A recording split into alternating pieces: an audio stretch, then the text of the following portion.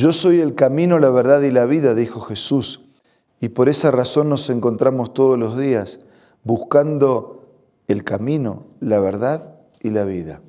Buscando ser reavivados por la palabra del Señor.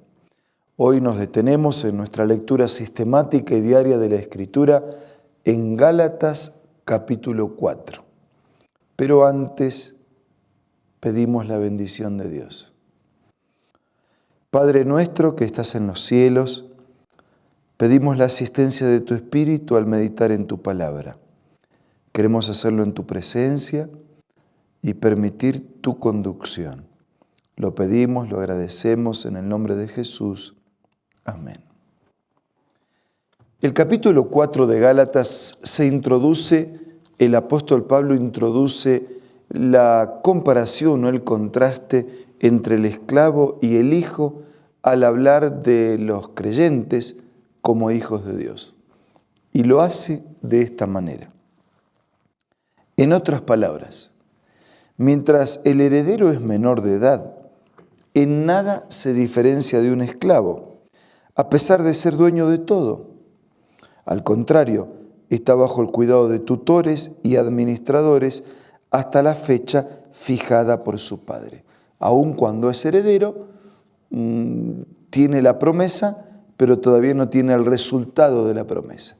Tiene el derecho que le asiste, pero todavía no tiene la consecuencia de ese derecho. Así también nosotros, cuando éramos menores, estábamos esclavizados por los principios de este mundo. Pero cuando se cumplió el plazo, Dios envió a su Hijo nacido de una mujer y nacido bajo la ley.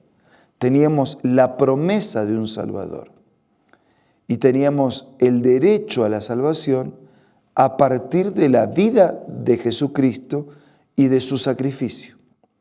Pero cuando vino el cumplimiento del tiempo, es decir, conforme al cronograma de Dios, cuando las profecías se cumplieron y vino el Hijo, nacido de una mujer, nacido bajo la ley, para rescatar a los que estaban bajo la ley, a fin de que fuéramos adoptados como hijos. Éramos de Dios por derecho de creación, dejamos de ser hijos de Dios por causa del pecado y Jesús vino para recuperarnos como sus hijos por intermedio del derecho de adopción.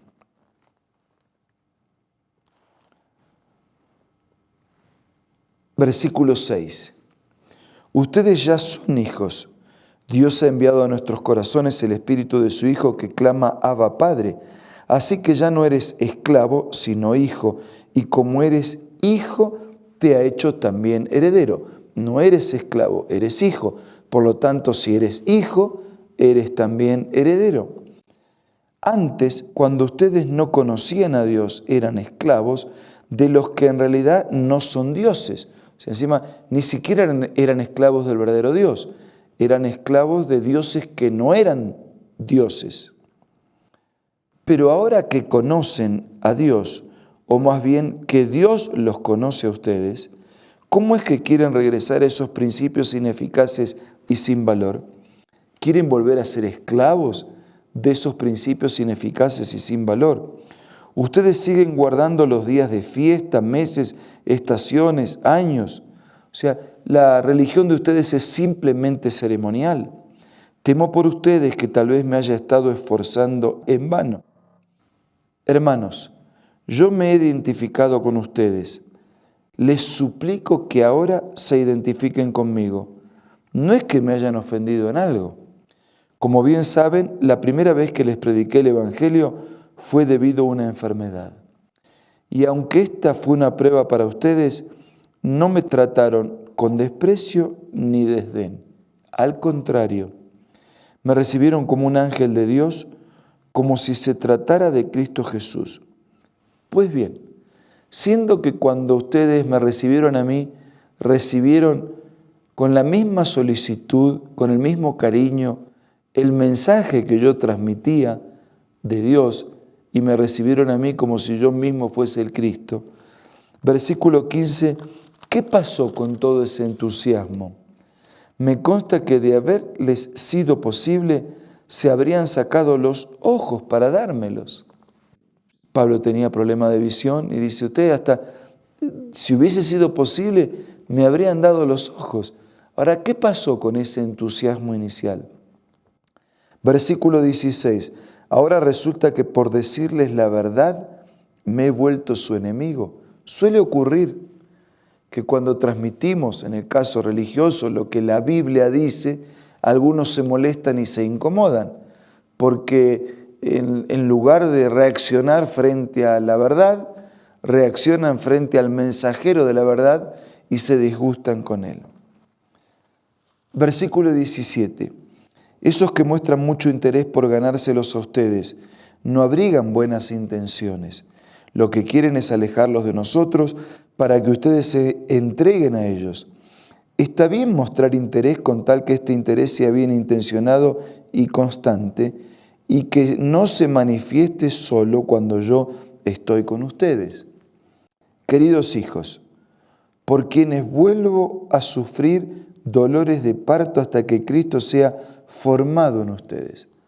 Así como en el alumbramiento espiritual Pablo había sufrido por ellos, vuelve a sufrir por ellos, porque quiere que Cristo sea definitivamente formado en sus vidas. ¿Cómo quisiera estar ahora con ustedes y hablarles de otra manera? Porque lo que están haciendo me tiene perplejo. Esta manera errada de entender el Evangelio, de entender la comunión con Dios y el respeto y la obediencia a su palabra, estas concesiones que ustedes hacen a las tentaciones del mundo que los rodea, me tiene perplejo. Versículos 21 en adelante. Díganme ustedes lo que quieren estar bajo la ley. ¿Por qué no le prestan atención a lo que la ley misma dice? ¿Acaso no está escrito que Abraham tuvo 2 hijos, uno de la esclava y otro de la libre? El de la esclava nació por decisión humana, pero el de la libre nació en cumplimiento de una promesa. Dios le había prometido a Abraham y a Sara una multitud de descendencia. Y como Abraham percibió que eso era imposible, entonces quiso ayudar. Y él tuvo un hijo con la esclava, Agar. Por eso dice un hijo de la esclava, y después Dios cumplió su promesa, el hijo de la libre. Este relato puede interpretarse en sentido figurado.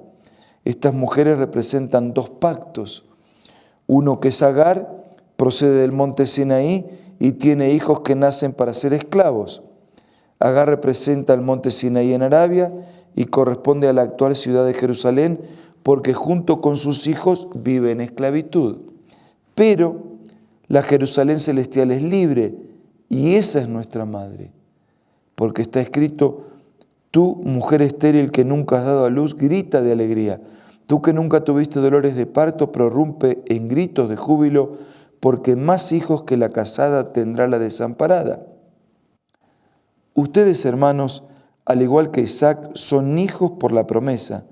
Y así como en aquel tiempo el hijo nacido por decisión humana persiguió al hijo nacido por el Espíritu, así también sucede ahora. ¿Pero qué dice la Escritura? Echa de aquí a la esclava y a su hijo. El hijo de la esclava jamás tendrá parte en la herencia con el hijo de la libre. Así que, hermanos, no somos hijos de la esclava, sino de la libre. Y al recordar esta historia, San Pablo la utiliza como una ilustración que los creyentes son llamados por Dios no a ser hijos de la esclava, sino a ser hijos de la libre. El pecado esclaviza, pero la promesa del Señor nos libra de la esclavitud del pecado. Y el proyecto de Dios para sus hijos naturales y sus hijos adoptados que le reciben, que viven conforme a su voluntad, es no solo el cuidado en esta tierra, sino también la herencia de la eternidad. Vamos a apropiarnos hoy de la gracia del Señor, de las promesas para el presente y de la esperanza para el futuro. Ahora Vamos a hablar con Dios a través de la oración.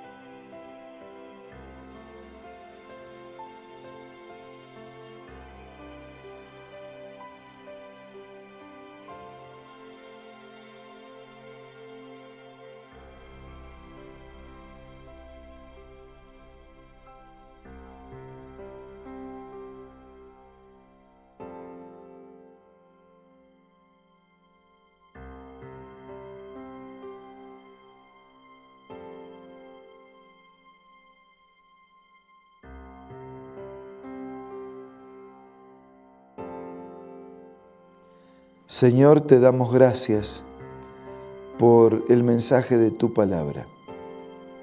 Queremos agradecerte porque nos reconoces como tus hijos y queremos pedirte que nos ayudes a vivir como tus hijos, disfrutando de tus bendiciones presentes mientras nos preparamos para la herencia de la eternidad. Bendice a todos nuestros amigos. Te lo pido y te lo agradezco en el nombre de Jesús. Amén. Muchas gracias por la compañía de hoy y de todos los días. Nos reencontramos mañana para seguir siendo reavivados por la palabra del Señor.